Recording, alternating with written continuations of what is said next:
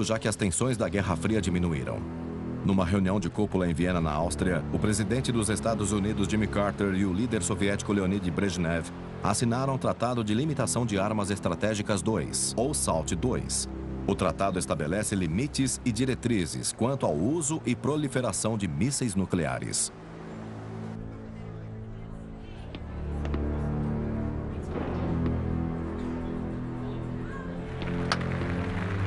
Nós poderíamos enfrentar omissão, contramedidas e todos os tipos de trapaças, porque sem o SALT, todas as ações, todas elas, seriam permitidas.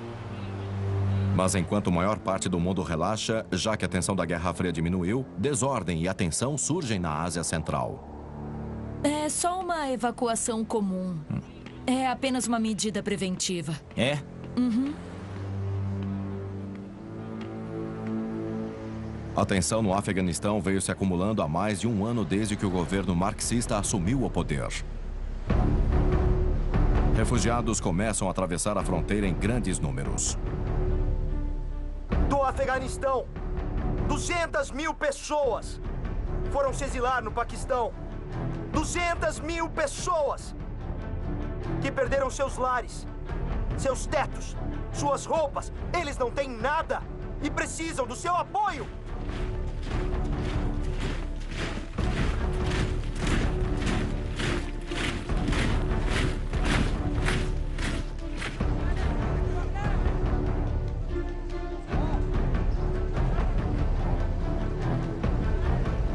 Em dezembro, o governo afegão começa a agir. O contingente limitado das Forças Armadas Soviéticas veio ao Afeganistão a pedido do Conselho Revolucionário e do governo da República Democrática do Afeganistão, em conformidade com a Carta das Nações Unidas. Janeiro de 1980. Babrak Karmal é escoltado pelo exército soviético até o Afeganistão e toma posse como presidente. O Ocidente enxerga isso como uma invasão da União Soviética. Os americanos perceberam que os afegãos foram coagidos ou alguém havia recebido dinheiro. Foi, sem dúvida nenhuma, o equivalente a uma invasão ao Afeganistão. Uma interferência tão sórdida nos assuntos internos do Afeganistão é uma violação escandalosa das regras de comportamento internacionais aceitáveis.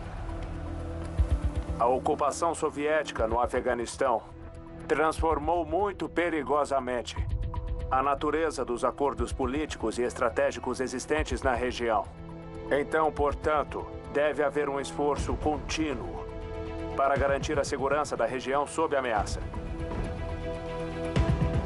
Apesar dos protestos dos Estados Unidos, eles também interferiam nos negócios afegãos. Os Estados Unidos vêm secretamente fornecendo dinheiro e armas aos rebeldes anti-governo há mais de um ano. Agora, o presidente Karmal precisa de assistência soviética para continuar no poder. Eu devo acrescentar que somos gratos pela União Soviética, nosso grande vizinho ao norte, por toda a ajuda e auxílios prestados. A União Soviética sentiu-se mais poderosa nos anos 70 por causa da nossa derrota no Vietnã e pela conversão de muitos países ao comunismo. E eles sentiam que estavam marchando, que estavam em ação. Essa é a terceira ocasião desde a Segunda Guerra em que a União Soviética moveu suas tropas para garantir controle sobre um dos seus vizinhos. Pela primeira vez, Jimmy Carter admitiu que finalmente percebeu do que a União Soviética era capaz. Os americanos não tinham certeza sobre o que fazer em relação ao Afeganistão. Havia o receio de que o país era tão difícil de controlar, de governar, e isso até mesmo por afegãos. E ninguém nunca havia vencido a guerra lá.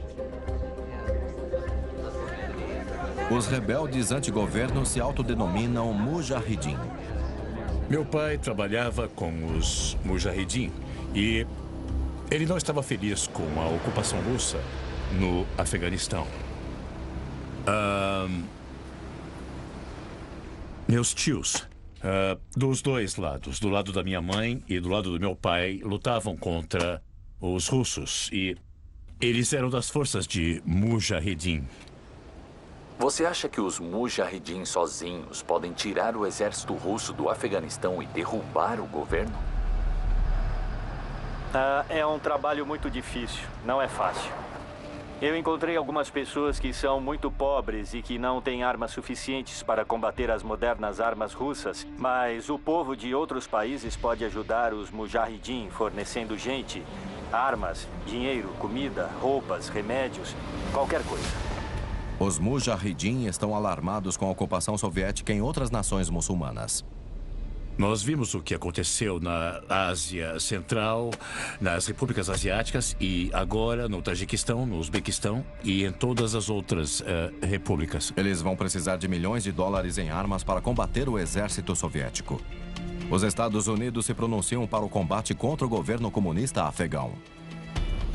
Eles pensaram, bom, nós não vamos até lá mandar os nossos para um banho de sangue.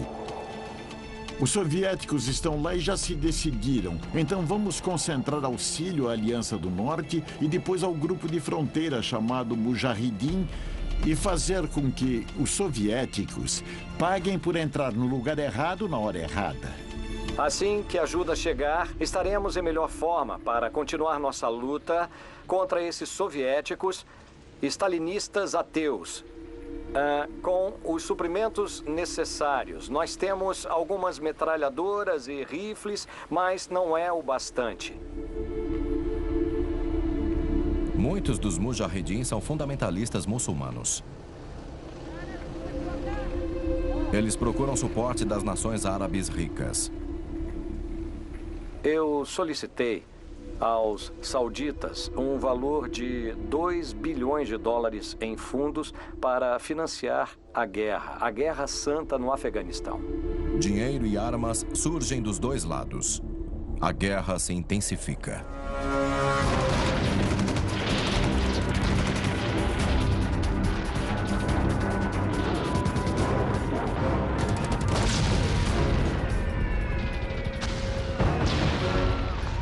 Acho que eles não estavam lá apenas pelo Afeganistão. Estavam lá para chegarem aos portos de águas quentes e eles queriam expandir, abrir as asas e se tornarem maiores. Não estavam lá apenas para ocupar o Afeganistão e parar. A resistência afegã à invasão soviética tem sido tão dura que agora o país está fechado para repórteres ocidentais. A única forma de entrar é se disfarçando de combatente da liberdade afegão. Os caças MiG soviéticos passam bombardeando uma cidade em um vale distante.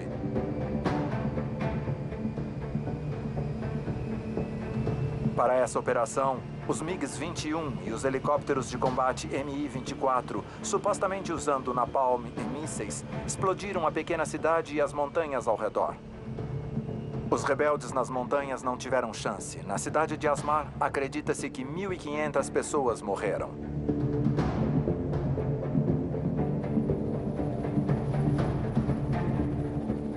Essa é a arma mais temida pelos rebeldes. O helicóptero de combate soviético. Novamente, a única precaução é não se mexer. Eu me lembro claramente que, por volta das 4 horas da manhã, nós ouvimos um estrondo muito forte dos tanques russos. Porque nossa casa não ficava longe da entrada principal a oeste de Cabul. Era a entrada de suprimentos dos soldados russos. Cada vez mais camponeses afegãos deixam sua terra natal. Como em todas as guerras de hoje, a escala de sofrimento é mais visível nos campos de refugiados. Aqui, na província da fronteira noroeste com o Paquistão, 600 mil refugiados afegãos que vieram pelas montanhas Khyber formam a maior concentração de refugiados no mundo. A maioria dos homens desse acampamento já lutou contra os russos. Eles não estão intimidados pela esmagadora presença soviética.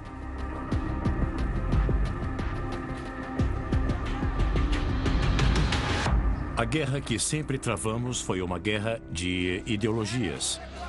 E a guerra depois se tornou do Islã sob ataque naquela região. Então era assim que a guerra era vendida dentro daqueles acampamentos de refugiados, de que o Islã estava sob ataque e que você deveria agir para defender o Islã contra a Rússia. Por isso, no geral, o objetivo desses hospitais é de cuidar dos rebeldes feridos e mandá-los de volta ao Afeganistão assim que estiverem aptos para lutar novamente. Nós não pensamos em perder ou vencer a guerra. Nós queremos cumprir nosso dever e, se morrermos, é porque foi a vontade do nosso Deus. Uma organização beneficente recentemente enviou ao hospital uma remessa de contraceptivos. Um médico disse, não é muito útil. Precisamos de mais mujahidin e não de menos. Os rumores crescem. Os combatentes da liberdade afegãos procuram exterminar mais do que apenas o comunismo. A agência de informações russa divulga relatórios alarmantes. No último ano, de acordo com a TASS, os rebeldes antigoverno já destruíram 1.100 escolas, quase um quarto do total de escolas no país. Há relatos de que esses grupos terroristas assassinaram professores, decapitaram alunos e colocaram fogo nas escolas em uma recente campanha de terror.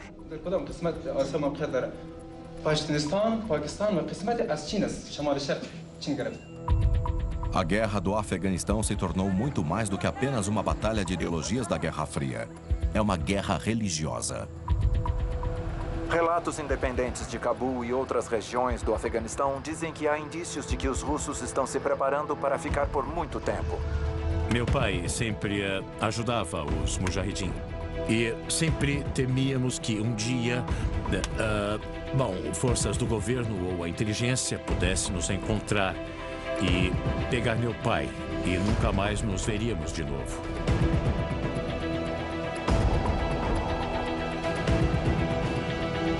Isso aconteceu com muita gente. Assim, durante a noite, eles vinham e alguns eram presos, outros desapareciam e eram mortos. Ao final de 1980, parece que o Afeganistão não encontrará paz tão cedo. E agora não há nenhuma região completamente sob o controle dos russos. Mais de 80% do território afegão está sob controle dos mujahidin. Se os russos se retirarem do Afeganistão, sua luta terá acabado? Vamos continuar nossa luta até que consigamos estabelecer um sistema islâmico puro no Afeganistão. Palavras fortes, um presságio das consequências inesperadas da intervenção soviética no Afeganistão. À medida que o conflito financiado pelos Estados Unidos e União Soviética ferve, o resto do mundo observa ansiosamente enquanto que ambos os lados da cortina de ferro se preparam para outro tipo de luta, em um campo muito diferente. 1980. A capital da União Soviética, Moscou, se prepara para receber os melhores atletas do mundo nos Jogos Olímpicos de Verão. Mas antes que os Jogos começassem, o que viria a ser uma arena de esportes acaba se tornando um campo de batalha política. De acordo com meu governo, seria uma violação do princípio fundamental olímpico de sediar ou comparecer aos Jogos Olímpicos em uma nação que atualmente está travando uma guerra agressiva e que se recusou a cumprir com as demandas da comunidade mundial de cessar essa agressão e retirar suas forças. Os Estados Unidos passam a levantar um boicote internacional dos Jogos. Uma forte oposição aos Estados Unidos irrompe. As soluções para os problemas políticos do mundo não são de responsabilidades dos órgãos esportivos como o Comitê Olímpico. Para nós, selecionar uma nação como sede dos Jogos de Verão significa que podemos reconhecer a justiça em sua política exterior e seus prestados em prol da paz mundial. No Palácio do Congresso de Moscou, o líder soviético Leonid Brezhnev acusou os Estados Unidos de ter um ataque de histeria em relação ao Afeganistão. Não podemos ignorar o aumento da violência e intolerância no mundo. Eu imploro a todos com opiniões e ideais diferentes que não usem os Jogos Olímpicos para dividir o mundo, mas para uni-lo. O alvoroço cresce por toda a comunidade esportiva mundial. Para que o boicote funcione, os Estados Unidos precisam de muito mais suporte. Eles decidem pedir ajuda ao maior atleta da história. O que eu acredito é que a Rússia está invadindo um país muçulmano que pode levar à guerra nuclear. Mohamed Ali é convencido a visitar um grupo de nações africanas para obter suporte ao boicote dos Estados Unidos. Se o povo africano colaborar não indo às Olimpíadas, isso vai ajudar a mostrar aos russos e ao mundo o que estão fazendo. O Quênia está fora das Olimpíadas. O Quênia não vai. E consideramos isso uma vitória, porque o Quênia é o número 1 em atletismo.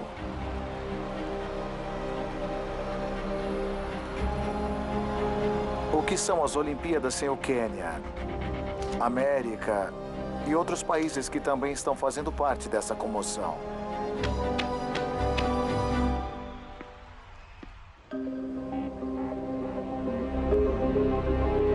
Em novembro de 1979, o Reino Unido solicita uma reunião em Genebra. É muito provável que haja boicote por parte dos atletas dos Estados Unidos pelas Olimpíadas de Moscou. Esse boicote também pode ser seguido por outras grandes nações do esporte. Isso irá, obviamente, afetar a qualidade da competição em Moscou. Foi aqui, nessa cidade-estado da antiga Grécia, que os Jogos Olímpicos nasceram. Mas o espírito olímpico não brilha mais como outrora. O envolvimento soviético no Afeganistão e os protestos internacionais resultantes lançaram uma grande sombra nas Olimpíadas deste ano em Moscou, com os Estados Unidos liderando o boicote.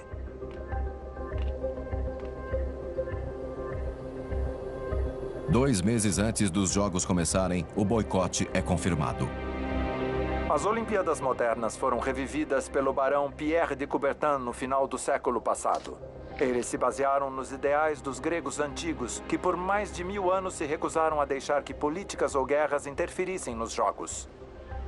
Muitas nações muçulmanas e africanas se juntaram ao boicote com China, Espanha e Alemanha Ocidental. Um total de 50 países concordou em manter seus atletas longe de Moscou.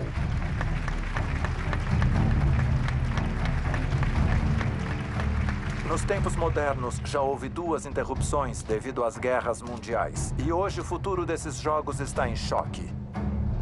O boicote das Olimpíadas de Moscou pelos americanos afetou muito os jogos de uma forma esportiva, é claro. Porque os maiores competidores seriam os americanos e os soviéticos. Nesse meio tempo, enquanto o mundo ocidental discute o que fazer e os atletas ponderam se devem ou não participar dos Jogos Olímpicos, as vítimas de guerra parecem quase esquecidas. Esses lutadores afegãos são esperados, diferente de muitos outros atletas, nos Jogos Olímpicos de Moscou.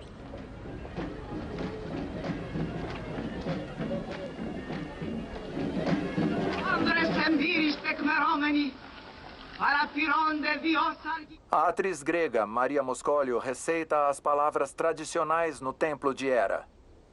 Se os antigos deuses gregos pudessem ouvir e ver, provavelmente estariam enfurecidos pelas recentes crises ameaçando os jogos. Foi uma grande perda para os atletas, eu entendo eles, porque eles treinaram por 4 anos, poderia ter sido um marco na carreira deles. E, de repente, você precisa deixar isso de lado. Isso é política. 80 países de um total de 145 participaram dessas reduzidas Olimpíadas. A chama começou sua longa jornada. Mas será que pela última vez?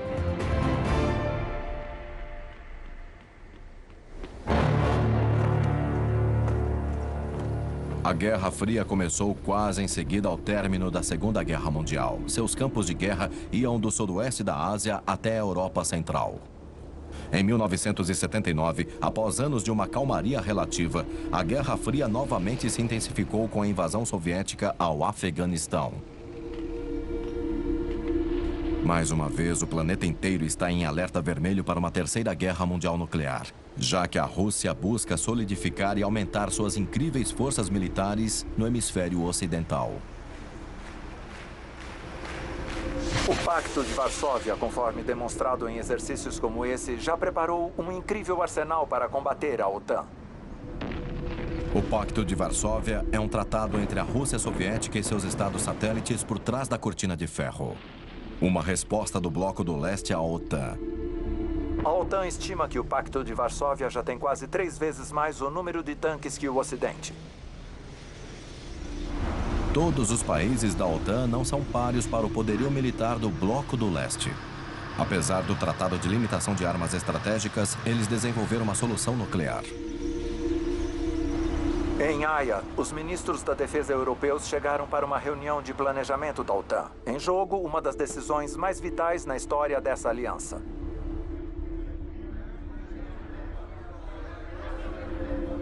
Até hoje, a grandeza das forças convencionais da OTAN e a eficiência do guarda-chuva nuclear americano tem sido a chave da estratégia de defesa da organização.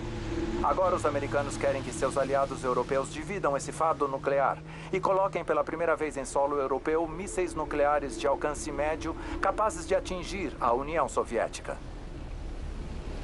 O míssil selecionado para o arsenal nuclear europeu entraria na história como a arma que inflamaria um continente.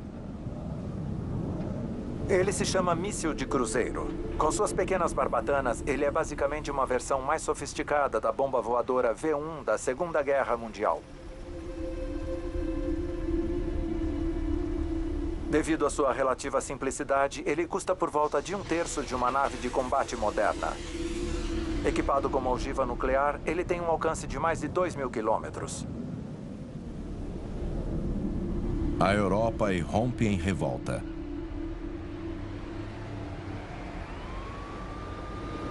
Não havia protestos tão grandes assim há anos, mas o colapso da détente aumentou a tensão pelo mundo. Essas pessoas estão protestando contra os mísseis americanos planejados para o Reino Unido. Eles temem que a Grã-Bretanha se torne um grande alvo soviético. Uma única explosão de megatons destruiria prédios num raio de 3 quilômetros e queimaria pessoas num raio de 16. Analistas acreditam que os soviéticos poderiam lançar até 200 megatons na Grã-Bretanha.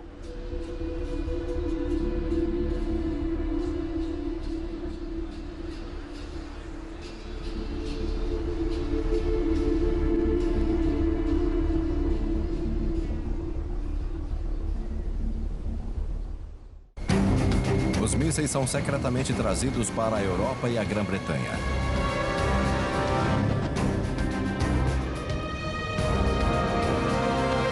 Os mísseis britânicos são colocados em uma imensa base aérea na zona rural do sul da Inglaterra, a de Greenham Common.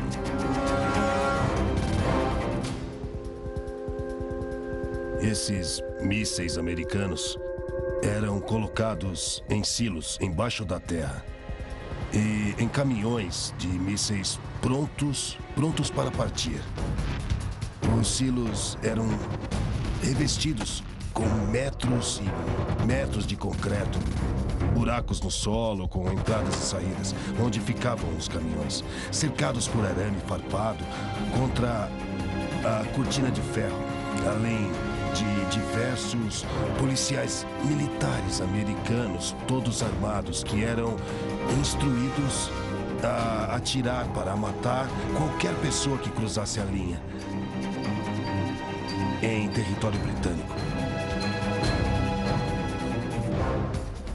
Os pacifistas levaram 30.000 pessoas até Greenham Common para protestar contra os mísseis, para derrubar as cercas. O governo ficou muito preocupado.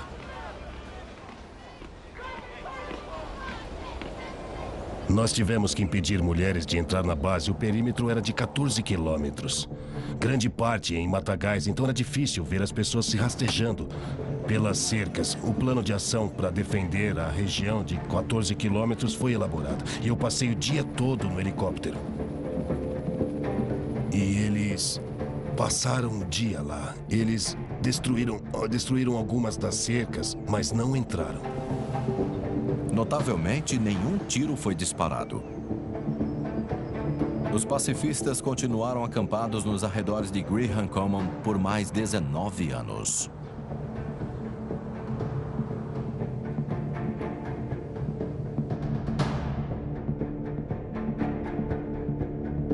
A Guerra Fria está a todo vapor novamente.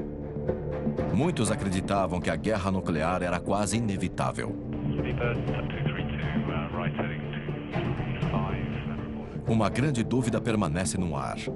Seria possível sobreviver a essa guerra? Estações radar de alerta antecipado como essa vêm sendo essenciais para a política de defesa da Grã-Bretanha. Esses homens podem avisar sobre ataques, bombas e radiação. Essas informações acionariam alertas para a população por meio de sirenes e mídia nacional. Se um ataque nuclear acontecer, tudo acima do solo ficará fatalmente radioativo. O Centro Regional receberia as informações dos postos de campo como este. Há 900 deles por toda a Grã-Bretanha. Os soldados sairiam para coletar dados com equipamentos de medição de radiação. Cada nação dentro do alcance dos mísseis soviéticos e americanos deve ter um plano de sobrevivência. A estação de radar vai enviar dados aos centros regionais administrados pelo governo, como este em Birmingham. Esses são voluntários. Toda esta região aqui. E mais esta. Mais aquele centro. Aqui, no subsolo, os geradores fornecem energia aos ares condicionados que cortam poeira radioativa. Aqui e aqui. O período recente de relações tensas com a União Soviética os deixou perigosamente desesperados. Planejavam alertar os funcionários por telefone. No entanto, as linhas provavelmente estarão inativas. Esses informativos estão sendo distribuídos somente agora. Os oficiais britânicos temiam que as pessoas pudessem perdê-los ou ficarem apavoradas com elas. Eles saberiam como agir em alerta. Em um mundo com a tecnologia em aceleração, parece que as pessoas comuns foram deixadas para trás. Neste bairro, há reuniões de defesa nacional em um bar local. Um oficial aposentado do exército organiza as reuniões. Cercado por espadas e livros de história, ele silenciosamente avalia os horrores de uma guerra nuclear, precipitação radioativa e refugiados. À medida que a tensão aumenta, a defesa civil se torna prioridade. Estudos em Hiroshima, depois da explosão atômica em 1945, garantiu aos cientistas informações valiosas sobre como proteger a população contra ataques assim. Por todo o Atlântico, os Estados Unidos vêm fazendo exercícios de guerra desde os anos 50. Tudo quieto em Nova York, se é que podemos dizer isso sobre Nova York. O que quero dizer é que tudo funciona normalmente e a Times Square dando lugar ao corre-corre da cidade grande. Mas então sirenes soam um alarme. A vida em Nova York para enquanto a cidade reage a um exercício de ataque de forças inimigas nesta era atômica. Da Bolsa de Valores para abrigos antiaéreos, Nova York testa suas defesas civis. Julgando por essas imagens, os nova-iorquinos já conhecem o procedimento. Nós fazíamos exercícios de bomba quando crianças no ensino fundamental. Não de bombeamento, mas nos preparávamos para a bomba atômica, sentados no corredor, colocando as mãos sobre a cabeça e abaixando, como se isso fosse adiantar alguma coisa. A América do Norte tem sido pioneira em produtos essenciais para a casa durante a era nuclear. Os abrigos antinucleares. Faça você mesmo seu abrigo antinuclear. Esse modelo acima do solo na Geórgia e o modelo no porão em Maryland estão abertos para visita do público. Ambos são praticamente iguais em relação à estrutura interior e decoração. Ambos foram projetados e feitos pelo governo com especificações simples. Todos os detalhes estão no panfleto de defesa civil. Com vocês, o abrigo antinuclear da família e mapa para sobrevivência na era dos perigos atômicos. Enquanto isso, em Vancouver, no Canadá, um cavalheiro que prefere permanecer anônimo está determinado a se proteger contra a guerra atômica. Seu abrigo à prova de bombas tem um aparelho para medir a radioatividade.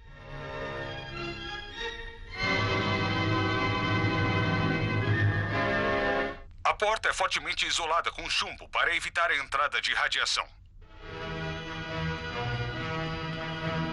Sim, ele está preparado para sobreviver. Ele tem reservas no abrigo, incluindo tanques de oxigênio.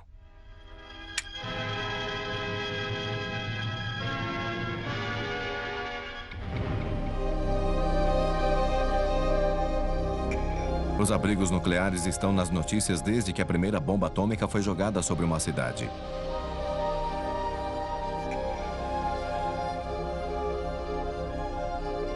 Nessa segunda fase da Guerra Fria, muitas nações agora se consideram essenciais.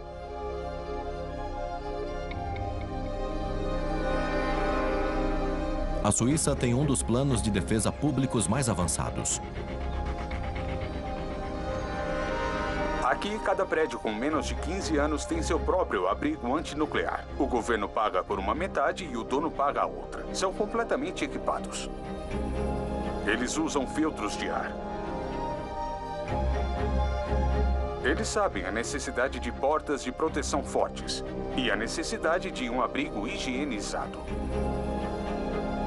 Para desenvolvimento de habitação, o programa inclui abrigos comunitários como este, que são mantidos de forma impecável em caso de emergência.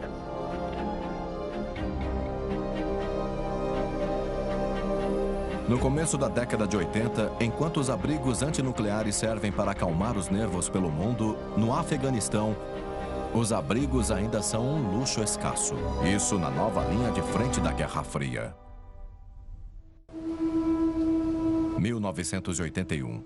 É a terceira década de Guerra Fria e as vítimas do seu último conflito, da Guerra Soviético-Afegã, se aglomeram em números ainda maiores na fronteira do Paquistão com o Afeganistão. Esta é provavelmente a maior concentração de refugiados no mundo, possivelmente chegando a 2 milhões, ou 1/7 de toda a população afegã. A guerra já está assolando esse país montanhoso há 2 anos.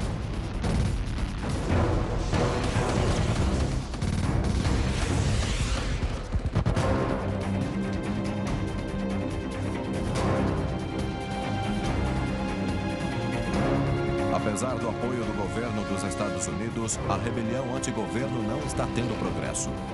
Agora eles estão na linha de frente de uma nova Guerra Fria. O deterioramento da relação entre leste e oeste, cuja intervenção soviética não teve um papel pequeno. Vem acontecendo um fluxo contínuo de afegãos através das montanhas, indo em direção aos acampamentos e o Baluquistão.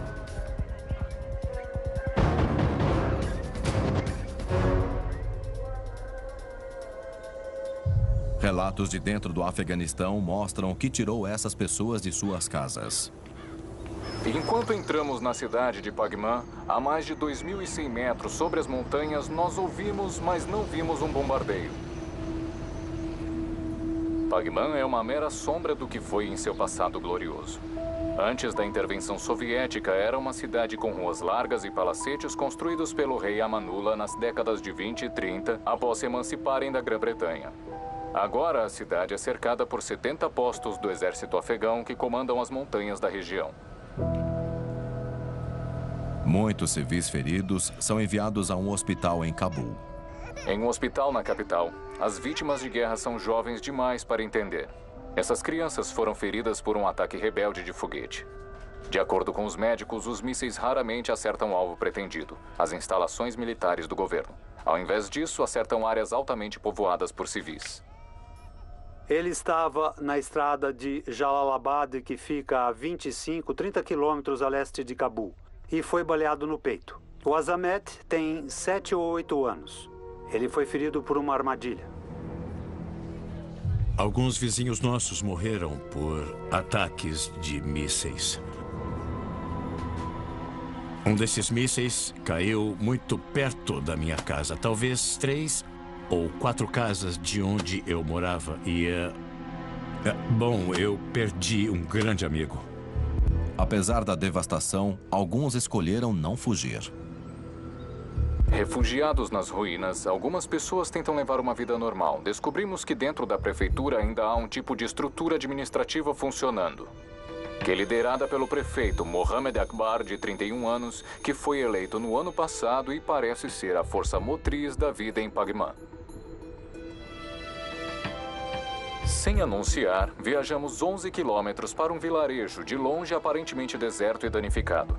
Mas em minutos, um grupo de crianças e anciãos aparecem de repente. Em um prédio escuro, encontramos um mulá dando aula às crianças. Às vezes, a rua onde meu avô morava, a situação por lá ficava realmente muito feia. E havia a guerra ativa e a luta entre os mujahidin e as forças do governo. E assim, por um momento, as pessoas se escondiam, mas depois dos combates, a vida voltava ao normal e eles voltavam a fazer o que estavam fazendo antes. Não tinham mais medo, a vida voltava ao normal.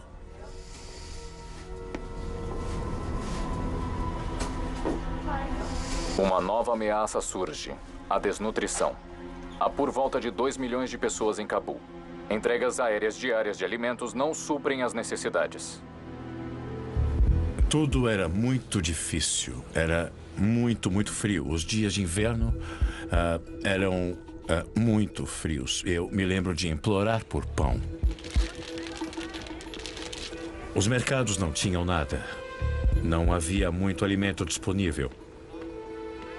Houve casos em que cães de rua estavam tão famintos que atacavam crianças.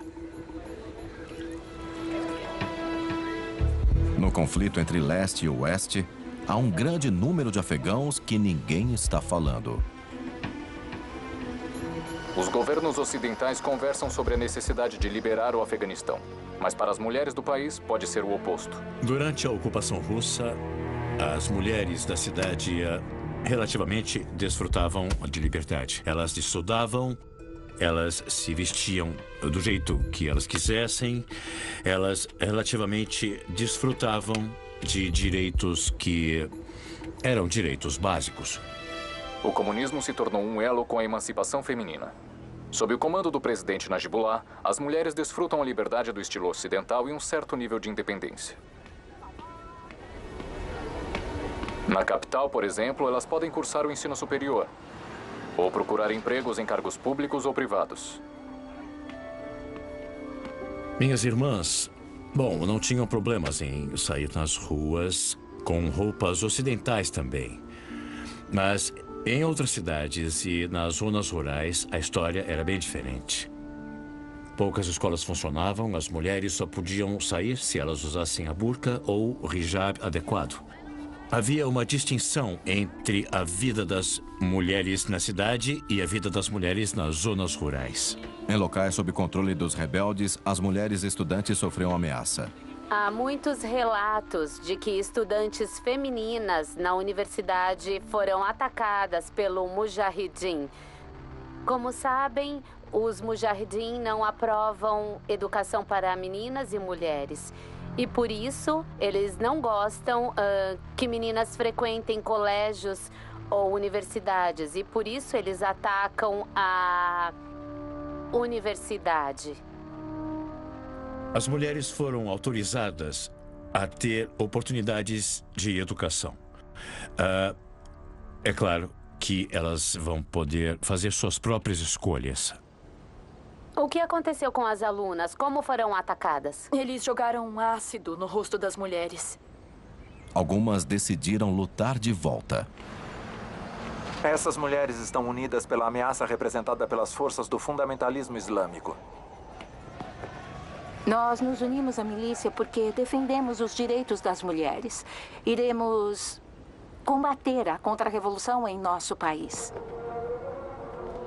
Mesmo não lutando na linha de frente, muitas receberam treinamento militar completo e estão prontas para defender seus direitos recém-adquiridos até a morte.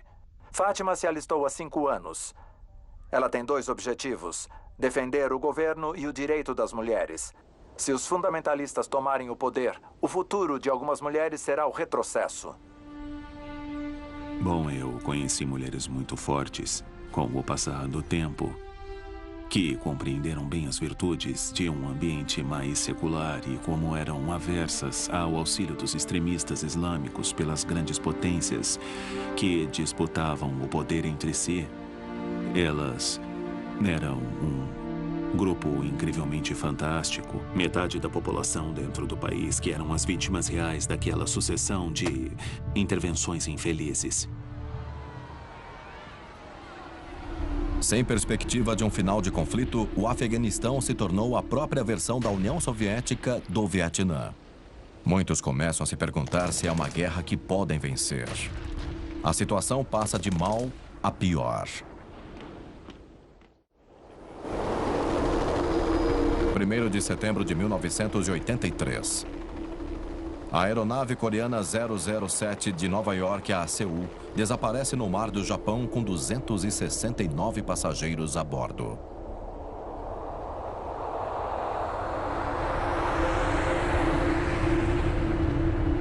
Às 13h30 da manhã, horário de Seul, a aeronave comercial coreana desaparece. Ela foi derrubada. Destroços começam a aparecer ao longo da costa japonesa. Depois de uma semana, a União Soviética assume a responsabilidade. A seguir, uma breve passagem da fita, que vamos reproduzir integralmente para o Conselho de Segurança das Nações Unidas amanhã.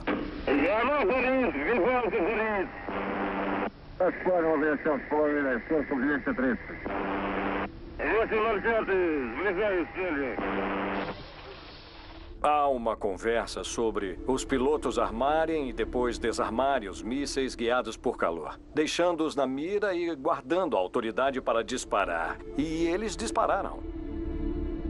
A noite do desastre estava muito escura e com tempestades. O voo saiu de curso e entrou em espaço aéreo soviético sobre a península de Kamchatka. Os russos acreditavam que o avião Jumbo era um avião espião dos Estados Unidos. 4 caças levantaram voo na região da base aérea de Sokou. Nessas gravações está claro que estão reportando que a aeronave foi abatida e as aeronaves foram suspensas. Não se arma e dispara um míssil guiado por calor como disparo de advertência. Depois de disparado, um míssil busca e acerta o alvo. 2 mísseis foram lançados. Um explodiu na parte traseira do avião, o outro na asa esquerda. A cabine do 747 despressurizou. As máscaras de oxigênio caíram. Levou 12 minutos para que o voo coreano 007 caísse.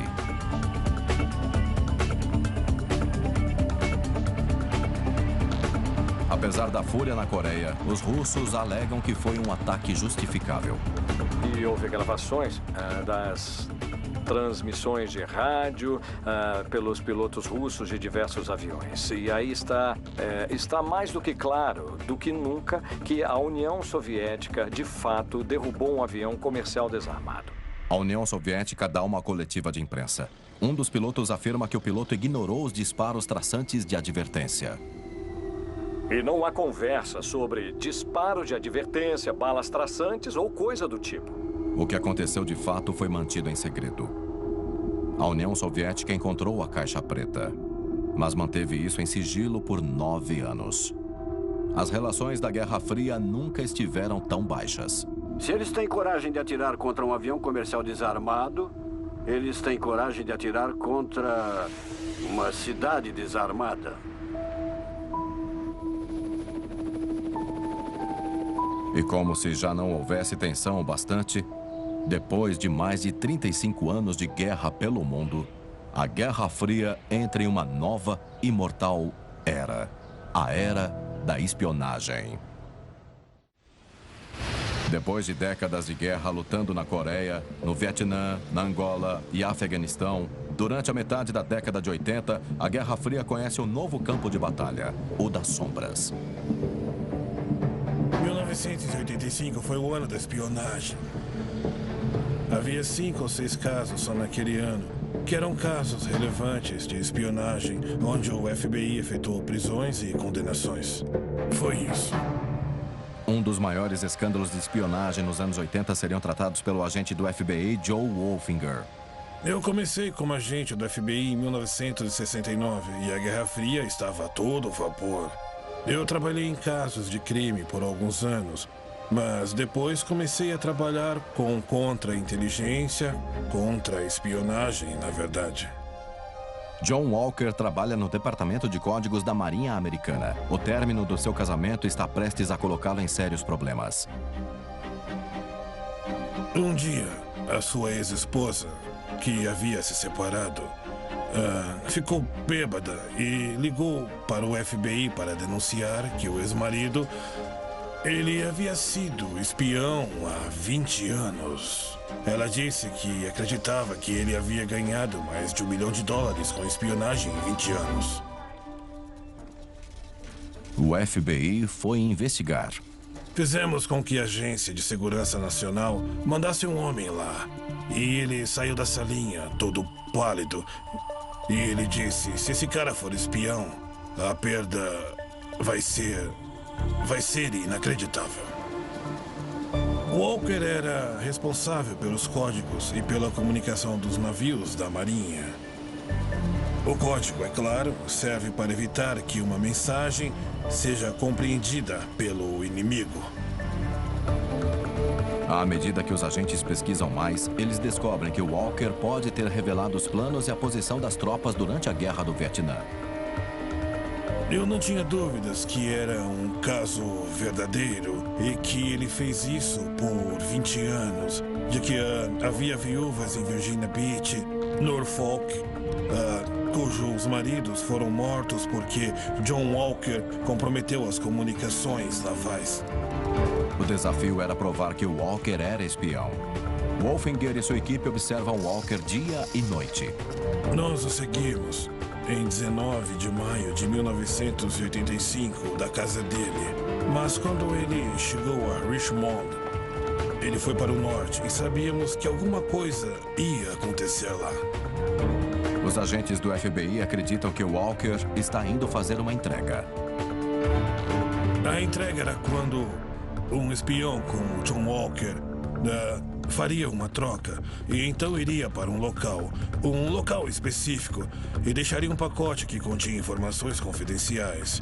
Ia para outro local e pegava outro pacote que continha dinheiro. Durante o mesmo dia, Walker coloca uma bolsa embaixo de uma árvore. Umas 9 da manhã, Bruce Bray, um agente do FBI designado por Washington, ele saiu correndo da mata com uma bolsa nos braços e gritou pelo rádio: peguei, está comigo, tem coisas secretas aqui dentro. Os agentes agora têm provas. Eles rastreiam Walker em um motel.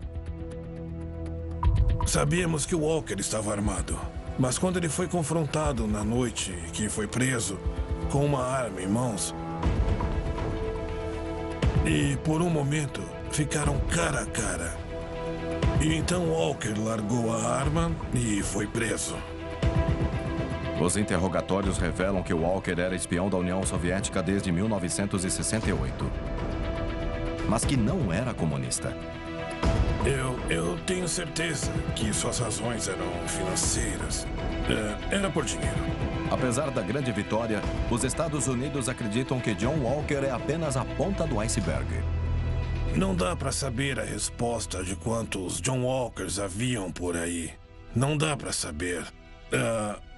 Eu acho que nós tivemos êxito, mas não dá para saber se pegaram todos eles. Nós também tínhamos espiões. Eu com certeza esperava que sim. A década da maior atividade de espionagem na Guerra Fria termina mal para John Walker. O governo queria que o Walker falasse. Ele pegou Perpétua e nunca saiu. Não havia outra opção, a não ser com execução. Mas a opção de execução não estava disponível. Dizem que a hora mais escura vem pouco antes do amanhecer.